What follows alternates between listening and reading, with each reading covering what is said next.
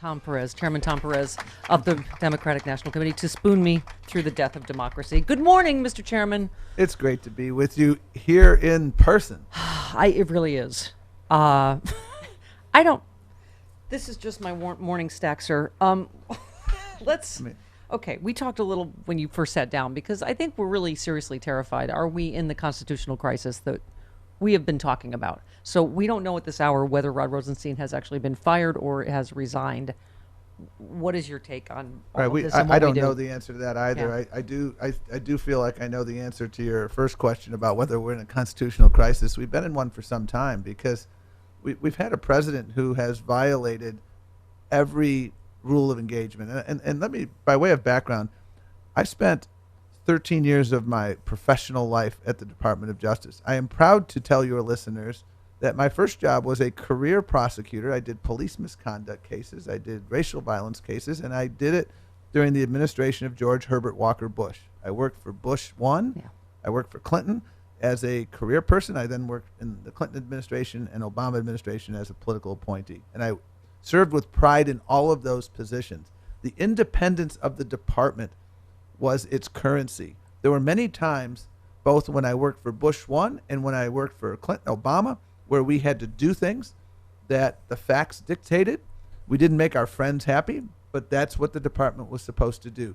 There was not one example I could give you when I ran the Civil Rights Division of the White House calling us and telling us what to do. And when you have a president who, for instance, in the case of Duncan Hunter and Chris Collins, these are the two members of Congress who parenthetically were the two first to endorse Trump, who are under indictment by a Republican attorney general, and he's there saying you shouldn't have done that. That crosses a red line. You look at what he has tweeted over the course of months. I don't have to stay out of the Russia investigation. I could run it if I want. This is not Tom Perez talking.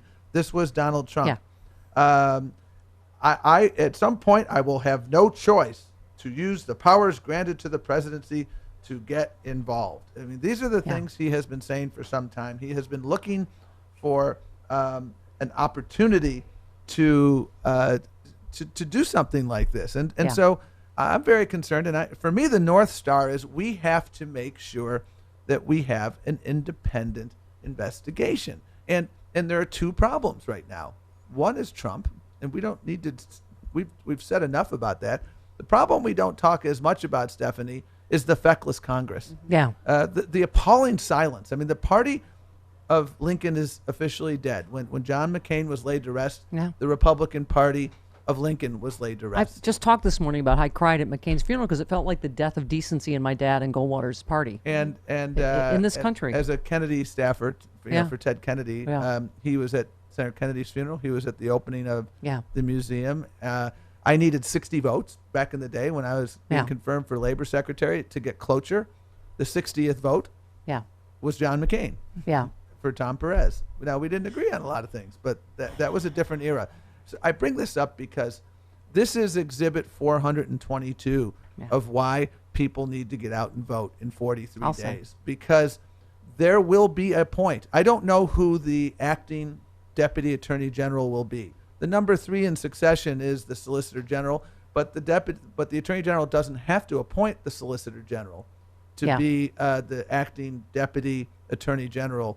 When I was at the Justice Department and our deputy attorney general left, he appointed a different political appointee as the acting deputy attorney general. So quite frankly, I don't know who that person will be. But what I do know are two things. Number one, the North Star must be independence. And number two, this feckless Republican Congress has done nothing to demonstrate a spine in this. You hear a statement or two once in a while, but the bottom line is there's been no accountability. And that is why this election is an election about our democracy as we know it. We are in the midst of a constitutional crisis. And the best way to avert it is to elect Democrats in 43 days so that we can have guardrails. And finally, Stephanie, one of the reasons we invested so heavily in the Democratic Party last year in Alabama, number one, I believed in Doug Jones. Number two, we were a 50-state party again. Number three, I wanted to make a very strong statement to African-American voters that we will never take you for granted,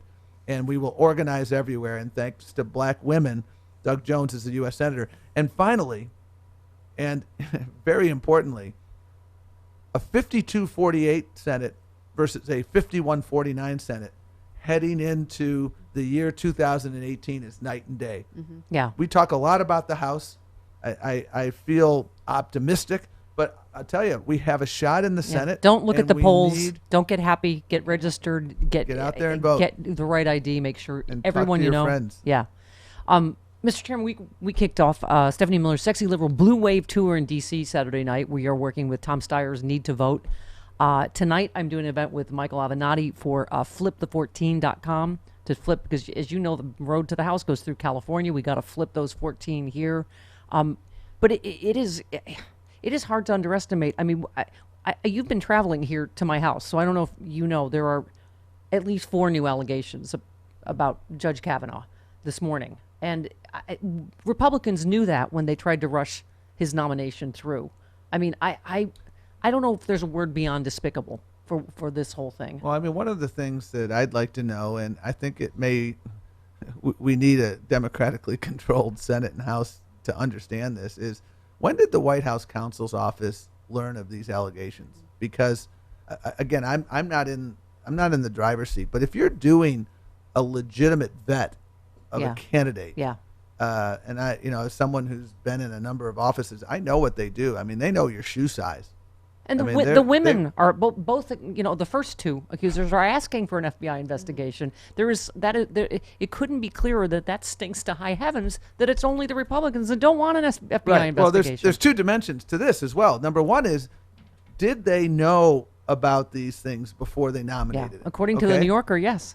And so that to me is a remarkably problematic issue. And again, the night before his hearing, they dumped 42,000 pages of documents. Yeah. And we have to do like Evelyn Wood, mean dynamics and speed read. I'm old enough to get that joke. Thank you. Yeah, you and I can keep talking. Everyone else here doesn't understand this. Anyone under speed reading class. Okay. But again, I spent a big part of my career at the Justice Department working with the FBI.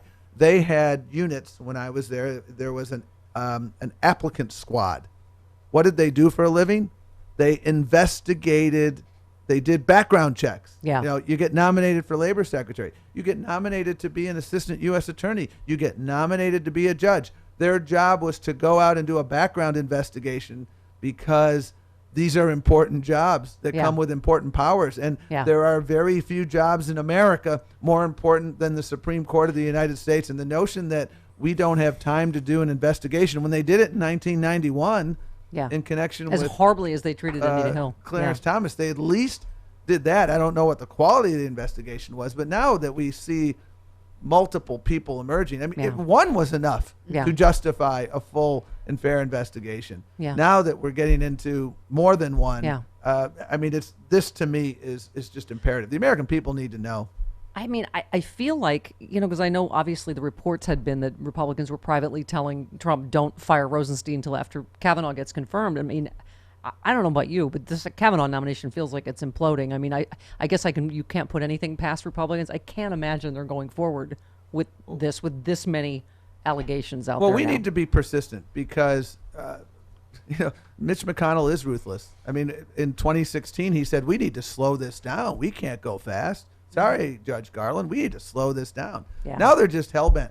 There's a school of thought that says, well, we're going to lose a lot of seats in November, and so let's just damn the torpedoes and move ahead while we have the votes to do it. That is so counter to advice and consent that was enshrined in the Constitution. But we cannot put ruthlessness past Mitch McConnell on What do we issue. do today when we find out whether Rosenstein A was fired or B was or resigned? I mean, well, for me, regardless of which one it is, the North Star has to be independence, because right now it provides the Attorney General. And when I worked for Eric Holder, it was Eric Holder who made the call on who the acting Deputy Attorney General was. It wasn't Barack Obama. It was Eric Holder. I strongly suspect that in today's Justice Department, with all of the separation that's been imploded, it will be Donald Trump who will put a thumb on who that will be. Because, again, there was nothing subtle about this statement I just read. Yeah. I don't have to stay out of the Russian investigation.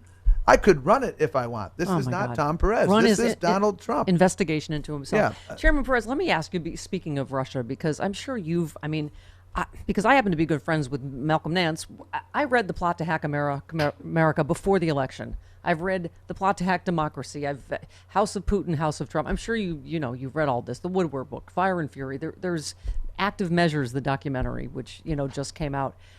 When we start to get our minds around the enormity of what has happened, or what happened in 2016, right? I mean, it is. It must be overwhelming for you. I mean, and Mueller's not even done yet. We still don't know the enormity in every detail, right? Well, it's motivating. People ask, this must be a challenging job. And I say, well, these are challenging times. And this is not a time to sit up in the bleachers watching what's happening. Our democracy's on fire. It's a 5-alarm fire, and we need first responders. And so for me, I am more and more motivated every day, and I take some comfort in history.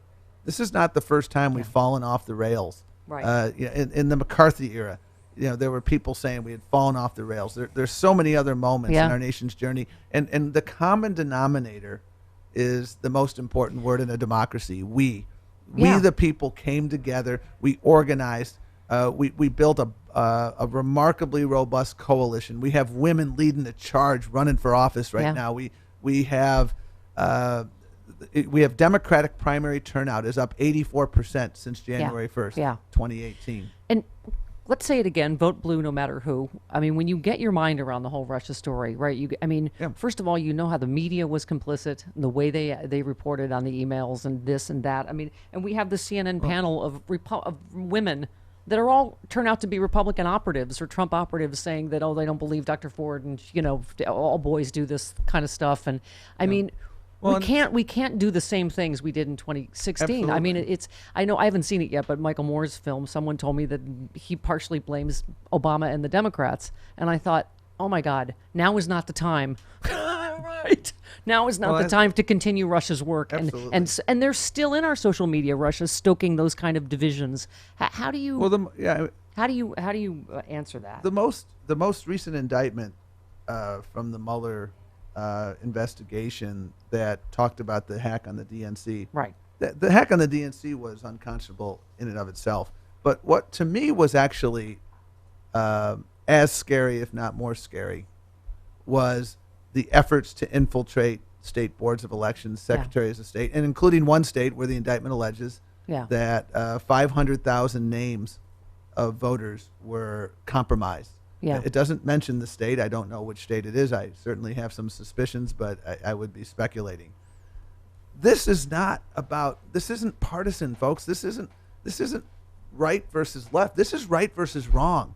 Yeah. It is wrong for the President of the United States to side with the former head of the KGB over his own intelligence. Yeah. It is wrong for the head of this country to be telling the Department of Justice who to indict and who not to indict. It is wrong for the President of the United States to be picking the replacement for Rod Rosenstein. It is wrong for the President of the United States to say, I don't have to stay out of an investigation that involves me. Right. I could run it if I want. That is wrong. Right. This is not gray. And that is why it is so critically important. And you mentioned one other thing, and we got to overcome a lot, Tom, and that's why we've got to turn out in unprecedented numbers, because you look at the amount of illegal help that Donald Trump got. Russia, WikiLeaks, National Enquirer, the NRA, on and on, right?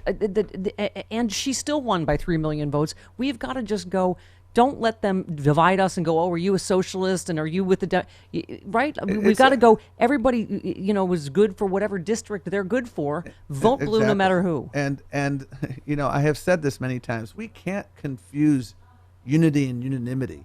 Right. I'm not asking you to agree with everything I think or everything that's in the Democratic Party platform. Right. But what I am asking folks to acknowledge is that what unites us far outweighs what our differences are. We believe that health care is a right for all, not a privilege for a few. We can have a debate about how to get from 90% to 100%, but they're talking about taking us from 90 to 60. We agree that democracy is a fundamental right in this country. We agree that we shouldn't be suppressing the vote. I mean, there's so much agreement. And what Connor Lamb and Alexandria Ocasio-Cortez have in common is that they reflected the views of their constituents. They're perfect for their district. And Doug Jones is perfect for his district. Alexandria Cortez, perfect for hers.